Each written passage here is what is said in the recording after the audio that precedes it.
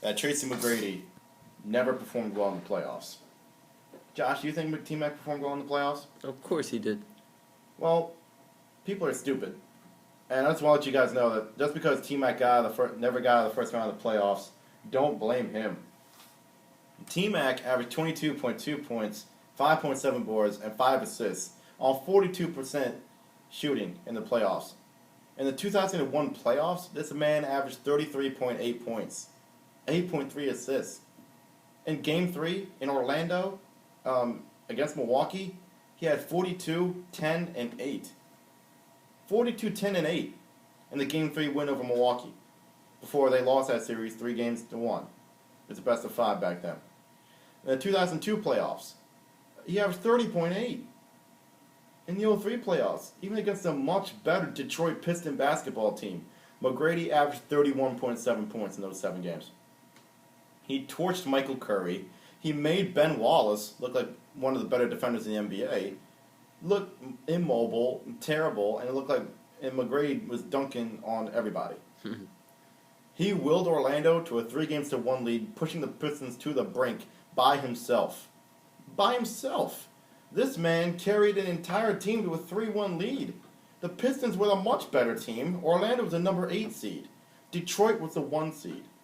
And Detroit was the much better basketball team, yet Orlando still took a 3-1 lead before the Pistons came back and won in 7 games. I want to list you a name of guys who started in Orlando in playoff games next to Tracy McGrady. Ready for this? Andrew DeClercq, Pat Garrity, Darrell Armstrong, Drew Gooden, Gordon Garicek, Mike Miller, and a very washed up Sean Kemp. Josh, do you even know who Andrew DeClercq is? I do now. Do you know who Pat Garrity is? No. Exactly. Exactly. Nobody knows who these guys are. T-Mac took this team by himself. By himself. And for people to have the audacity to come out and say that McGrady does not perform well in the playoffs, what are you looking at? What are you looking at? Just because he never got past the first round of the playoffs, that's not his fault. He did everything he could. Everything he could. If he's going to go up against Detroit, you're going to need help to beat them, because the Pistons at the time were one of the better teams in the Eastern Conference. And if your second option is Andrew DeClercq, you're in trouble. I think Andrew DeClercq has a career NBA average of like 3 points. It's ridiculous. In Houston, how about the 2005 playoffs? He averaged 30.7 in his first season with the Rockets. Don't blame T-Mac. Blame the front office for not getting the supporting cast he needed. Some of the players starting next to him in Houston: Ryan Bowen, Scott Padgett, Tyronn Lue, David Wesley, and a washed-up Dikembe Mutombo. Well, what about Yao Ming? Yeah, he had Yao, but Yao was never really the force that everyone wanted him to be. Yao Ming never came out here and performed well enough to really be that number 2 guy to help Tracy McGrady get past the first round. For the people that say that T-Mac never performed well in the playoffs, to them I say, you don't know basketball. If you don't think this guy's even a Hall of Famer, this guy should be a Hall of Famer. Before his playoff games with Atlanta and San Antonio, Tracy McGrady's scoring average was 29.8 points in the playoffs. That was in his time with Toronto, Orlando, and Houston. Would you say back then, if the games were up to 7, would he have left the first round? If the series was the best of 7? Yeah. With Toronto, no doubt.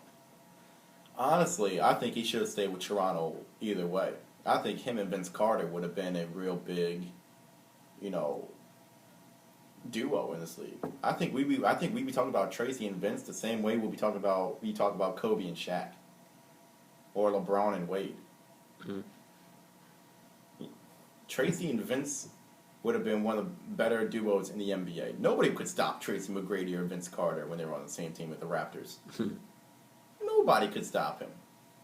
Whether it was Vince Carter flying over people, or it was T-Mac dropping 40. Tracy McGrady, even in the playoffs with Toronto, he averaged 16 points. And then that's as a rookie, as a number 2 option next to Vince Carter. Just, like I said, with Orlando, Toronto's 1 year with the Raptors, and the Rockets. His playoff average was 29.8. That ranked 5th all time for playoff scoring averages.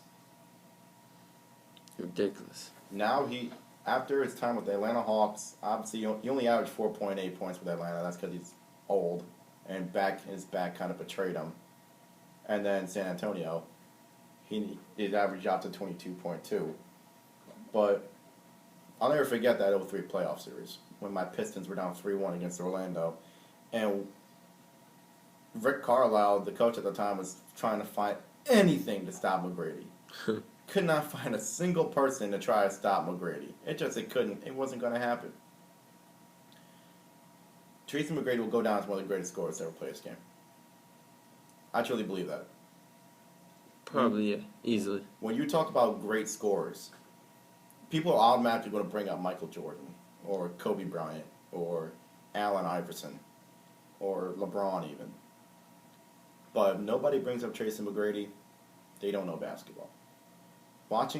If you look up highlights on YouTube of Tracy McGrady, his 62-point game against Washington, I was watching the other day, all jump shots.